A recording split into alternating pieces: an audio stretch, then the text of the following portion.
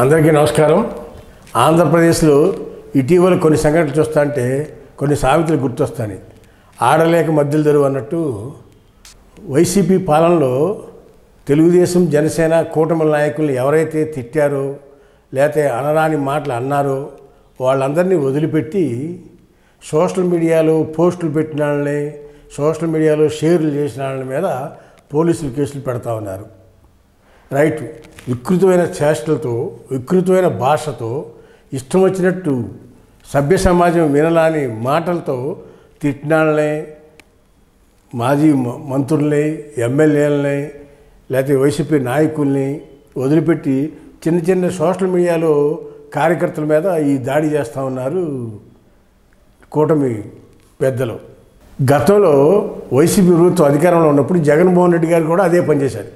ఏది సోషల్ మీడియాలో పోస్టులు పెట్టినాళ్ళని వ్యక్తి స్వేచ్ఛ, భావ స్వేచ్ఛ, వాక్ స్వేచ్ఛ వీటన్నిటిని దృష్టిలో పెట్టుకొని లిమిట్లో మాట్లాడిన వాళ్ళని ఎవరేం చేయలేరు. కాకపోతే లిమిట్ లేకుండా మాట్లాడారని చెప్పి కొంతమంది మీద చర్యలు తీసుకున్నారు అప్పట్లో వైసీపీ ప్రభుత్వంలోని పెద్దలు కూడా.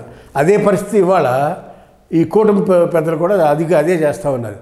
అయితే దానికి లిమిట్ ఉంది. లిమిట్ దాటి మాట్లాడిన వాళ్ళ మీద చర్యలు తీసుకోవడం ఆవశ్యకత ఉంది.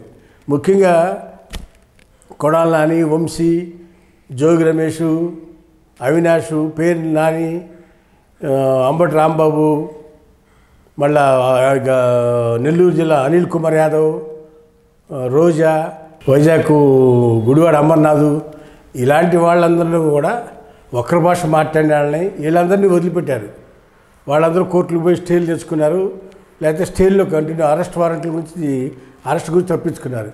ఇకపోతే సినిమా ఫీల్డ్లో వర్మ, లేదంటే పోసాని కృష్ణమురళి వీళ్ళందరినీ వదిలిపెట్టేశారు. పెద్ద పెద్ద వాళ్ళందరినీ వదిలిపెట్టి చిన్న చిన్న చేపల మీద ఈ ప్రతాపం చూపిస్తూ ఉన్నారు పోలీస్ డిపార్ట్మెంట్. ఎందుకంటే వాళ్ళకి కోర్టుకు వెళ్ళే డబ్బులు ఉండవు, కోర్టుకు వెళ్ళి స్టేలు చేసుకోలేరు. కాబట్టి ఈ చిన్నాళ్ళ మీద దాడి ప్రక్రియ మొదలెట్టారు.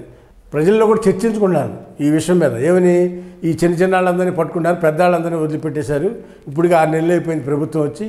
6 నెలల్లో కనీసం ఒక బాధ్యత గలాన్ని అరెస్ట్ చేయలేదు అని చెప్తా ఉన్నారు. మరి కూటమి ప్రభుత్వం పెద్దలు ఆలోచించుకోవాలి.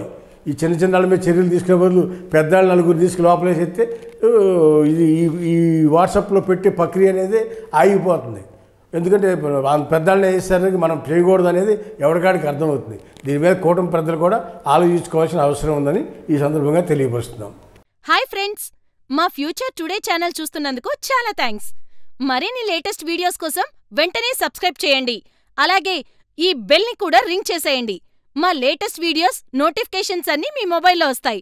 మా వీడియోస్ మీకు నచ్చితే లైక్ చేయండి, షేర్ చేయండి, నచ్చకపోతే కామెంట్ చేయండి.